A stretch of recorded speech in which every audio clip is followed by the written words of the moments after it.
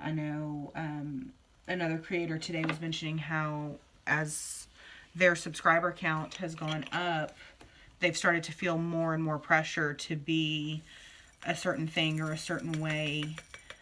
Um, and I definitely do not want that for myself. I totally understand where that person is coming from, because you do see it. You see it in the comments. You see it in the, on Facebook, in the groups, the different groups and things like that, how people talk to the creators that do have lots and lots of subs.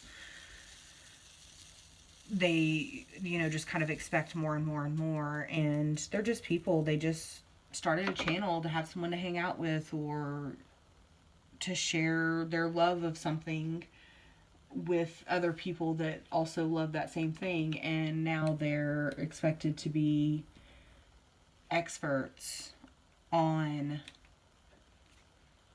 everything diamond painting or everything cross stitch or something like that. And I feel like if we can keep it to a level that everybody, including the creators, are enjoying what they're doing, then that's a healthy way to share with people and share your craft, or crafts in some cases. I also crochet. I've always really liked being crafty, doing crafty things. My grandmother, I was raised by my grandmother, but my grandmother, used to sew growing up. When I was little, she would make me little dresses that had, some of you will know what I'm talking about, that have the little bloomer type panties underneath. They go on, like a diaper cover, go on over the diaper, and they had ruffles, lace ruffles on the bottoms. And when I was little, I have tons of pictures. I think I probably had a dress in every single color, and every single dress that I had matching bloomers, is what we called them, to go with them. I think nowadays most people call them diaper covers. Super cute. I think if I had kids or wanted to have kids, I would definitely, if I had a girl, definitely go back to that style of clothing. It's just, to me, it's super cute. I do not have any children. I have three nieces and a nephew. Almost all of them, some of them are grown, some of them are almost grown, but I think that I'm one of those people that I was put on the earth to be an auntie, and I am perfectly content in that role. I love them each like they're my own. I would do anything in the world for them, and I'm so proud of all of their accomplishments and the type of people that they're growing up to be. That I kind of feel like I wouldn't be as good a parent as the people, some of the people around me, as my sibling and, my best friend and things like that. They are doing a fantastic job at being parents. And, for me, it's just not something that I have really desired to be. I think I know there are more and more women and even men that nowadays are okay with saying that they don't want to be parents for whatever their reasons are. I have various reasons. But I love my little miniature humans for the people that they are and the people that they're going to grow up to be. And I would not wish them away for anything.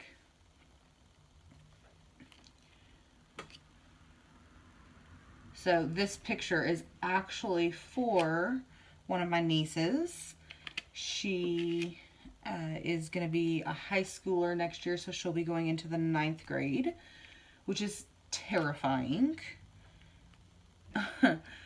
I'm sure for her, but definitely for me and her mother and her father, because I remember high school pretty well, and even though I was a good kid, some would call me a goody two-shoes, a little type A in high school. I think that we definitely, kids of my generation and before, definitely had an advantage because we went to school before social media and before everyone had a phone in their pocket, and every mistake that you made was put on the internet for everyone to see and ridicule and have an opinion on and all of that kind of stuff. So I feel like we were kind of the last lucky generation in a lot of ways, that we were able to be kids for a lot longer, I think, than kids get to be kids nowadays. And that's something I forget too, that sometimes I have to be reminded that, just let them be kids as long as they can be. I think a lot of us forget that they're just kiddos, and we got to be kids for quite a while.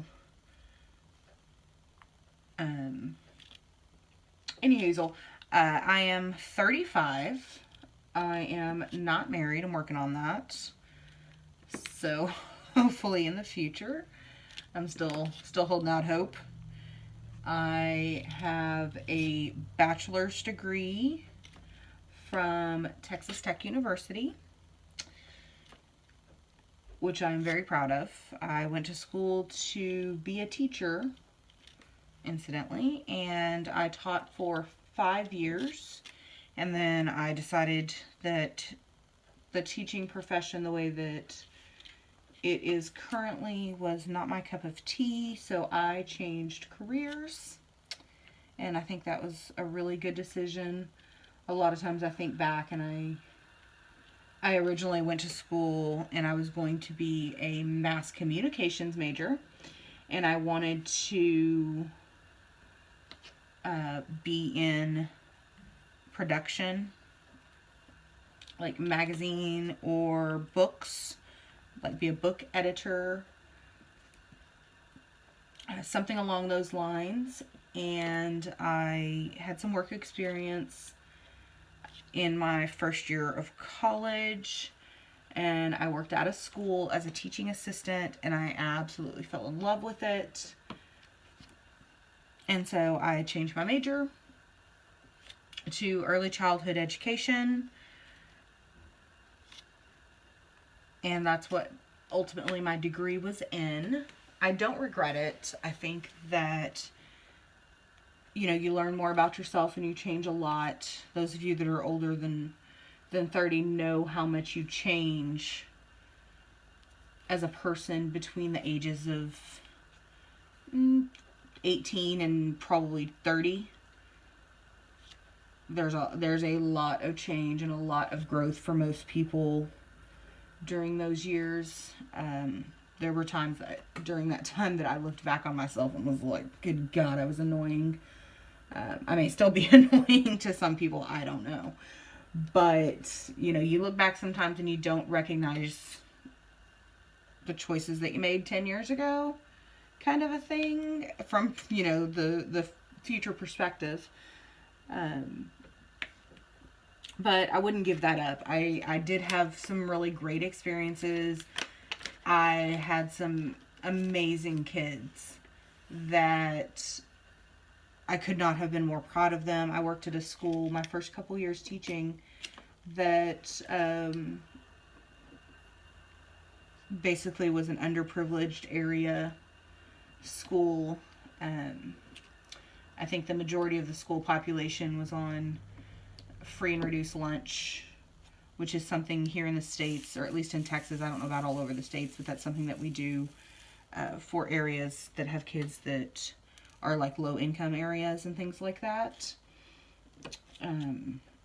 But I was really, really blessed my first couple of years teaching to work with the staff that I worked with. Most of that staff were men and women who had children my age at that point. So I came into a very knowledgeable, experienced staff, and I think that every single teacher that teaches should have a staff like that. They were so supportive and so welcoming, and they helped me so much my first couple years teaching to learn things that probably took them 10 or 15 years to know in their teaching career. So I definitely got really lucky. I wasn't always great about it. I wasn't always gracious. And, you know, looking back, I can just kind of, I can see that and just kind of thank them for putting up with me back then. So I am originally, and well, still from Texas.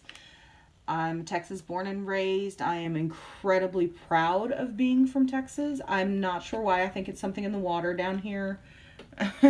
We are, I don't know if you guys have ever seen that meme on Facebook that says, I wish Americans would be as proud to be from America as Texans are to be from Texas.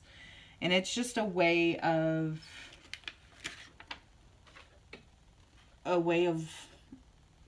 you know, viewing things down here. Most Texans that I have met that lived here their whole lives, that were born here, my family's been here for a couple hundred years now, since when Texas was its own country, that it's just a way of being down here. You're proud to be from Texas. You're proud to live in Texas. And I'm sure there are other states that feel the same way about their state. Mine just happens to be Texas. So I am definitely a Texas girl in a lot of ways, and I'm very proud of those ways. Let's see here. The next question was, do you love playing sports or just watching it? I love both. I played sports growing up. Oh, hello, bug. I played sports growing up. I think I kind of did a little bit of everything. I think I played soccer when I was little. I played softball. We were a softball family. So several of us played softball in the family, the cousins and things like that. I played softball, in fact, I think until I was about 14 or 15. I played volleyball a little bit. Did tennis. Pretty good at tennis. I really enjoyed tennis, actually. I grew up in a small town out in West Texas, not the city, but the region, the Permian Basin area, and we didn't have quite as many opportunities as a lot of kids do nowadays. You know, we pretty much had soccer and volleyball, basketball, which I'm really bad at basketball. I did not get a basketball gene. I suck at it. Never really enjoyed it. Maybe that was part of the problem. So I never really played basketball, but you know, we had kind of the basics out there. I think they've got more nowadays. I think another sport I think I would have really liked, I always kind of wanted to be a gymnast. I thought that would be super cool. I don't know how good I would have been at it, but I thought it would be really cool to have the opportunity to do that. I also really would have enjoyed, I think, being a dancer. I was always kind of twirling and spinning and things like that when I was young, around the kitchen, and you know, I still enjoy dancing. I'd always wanted to take ballroom dance lessons, and so when I was an adult, I took ballroom dance for a couple years. Loved it. There was a lot of giggling involved. I'm not sure why, but we were having a great time, so I feel like that's excusable.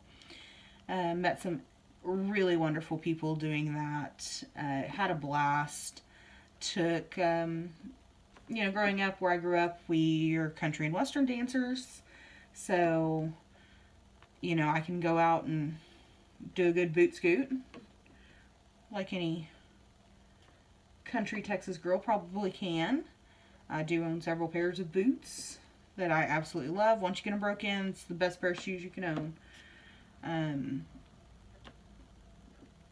Let me think. I think figure skating, I remember watching figure skating from when I was very small. I was always fascinated by it. But I don't really like the cold, so I don't know how long I would have lasted in a sport like figure skating where you're in a frozen arena all of the time.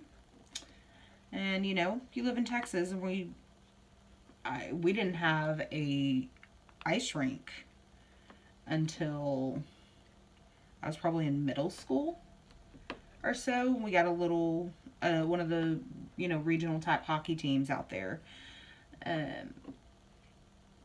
but I didn't actually go ice skating the first time until I was in college, probably. It's the first time I ever went ice skating, and that is definitely a different set of skills, and you definitely find out that there are muscles that you don't use on a normal basis that you feel for a few days afterwards.